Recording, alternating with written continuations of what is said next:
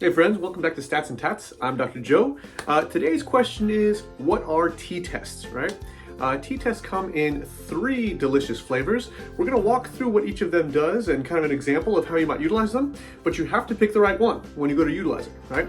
So t-tests in general compare the means between two groups, up to two groups rather, right?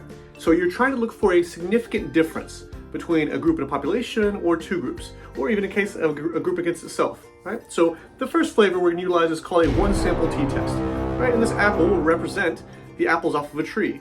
The question might be, are the apples from this particular tree significantly tastier than apples from all apple trees, or apples in general, right? In this case, it's a one sample t-test because we're utilizing just one sample and comparing it to the larger population, right?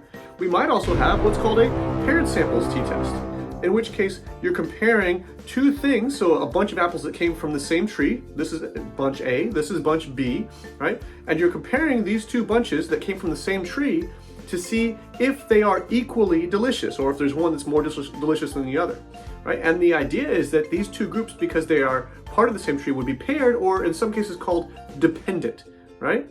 The third delicious flavor that t-tests come in are independent samples t-tests.